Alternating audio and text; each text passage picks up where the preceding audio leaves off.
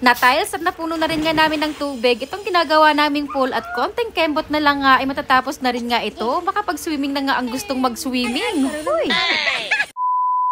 Malayo pa pero malayo na. Palapit na nga tayo sa pinaka-exciting part dahil part 3 na nga tayo dito sa ginagawa namin pa swimming pool at counting flashback lang nga. Una, pinatubigan nga muna namin ito na may 160 feet kalalim at 4 na araw nga nila itong ginawa para lang may lumabas na puting tubig. At pagkatapos ng may tubig na nga, ay saka naman nga namin nilinis itong pool na 3 years na nga pending at tatambakan nga ng mga kaniknikang gamit na pananim ni Papa Boy. Sumunod naman, ilatagan nga ng tiles ang dapat latagan, which is itong sahig nga ng pool. Nang nakapaglatag na rin nga dito ng blue tiles sila tatay, ay kasabay nilagyan na rin nga nila ng grout ang bawat sulok-sulok nito. At pagkatapos dito sa baba, ay dahan-dahan na rin nga nilang inupisahan itong sa may walkway since nakabili na rin nga ako ng mga ilalagay rito. Ang slippery dapat para hindi madulas kahit nababasa man, at itong gray nga ang napili kong ilagay dito. Mas mabilis lang din nga ang paglatag nila dito sa walkway kasi 60 by 60 ang size ng tiles na pinalagay ko at malaki nga ang mga ito.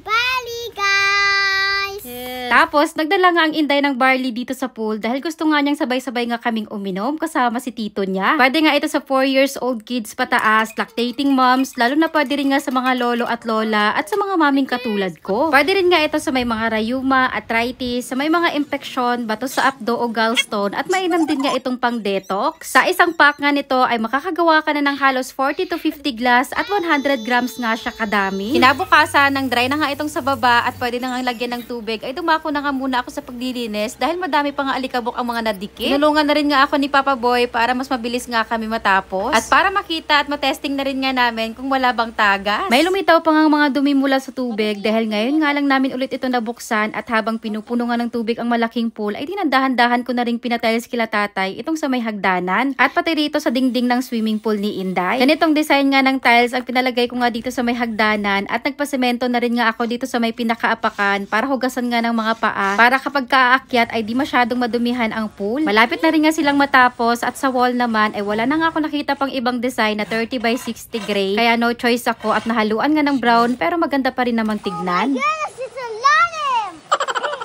Oh no! It's so malalim! Halos nasa kalahati na nga ang tubig and it takes 4 to 5 hours nga ang paglalagay bago mapuno nga ito. Maliban kasi sa malaki ang pool ay medyo maliit nga lang ang nailagay na hose tapos isa lang na dapat dinalawa namin para mabilis mapuno. Sa sobrang excited ko ay tinalunan ko na kahit nasa kalahati pa lang nga ang tubig. Huy! Grabe, hanggang ngayon di pa rin nga ako makapaniwalang may languyan na rin nga kami dito sa bahay. Makapagbabad na nga ang mga gustong magbabad ay for the go. Nilagyan ko na rin nga ng tubig itong para sa mga bata at dahil may tira pang ang tiles ay ipinalagay ko na rin nga dito sa gilid para walang sayang. Nakoy, ang Inday kinikilig sa tuwa.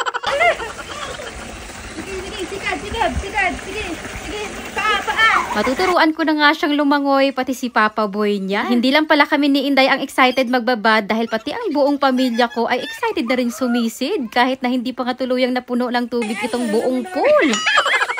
Hoy, Webes na pala ngayon mga mare. Hanggang sa Sabado na lang nga ang papromo ni Barley na buy 3 get 1 free. Na nasa 385 times 3 equals 1,155 at halos 4 packs na nga inyong makukuha. Sa iba nga nito ay umaabot na ng 4 kyaw kaya halos triple talaga ang matitipid nyo mga mare. Go!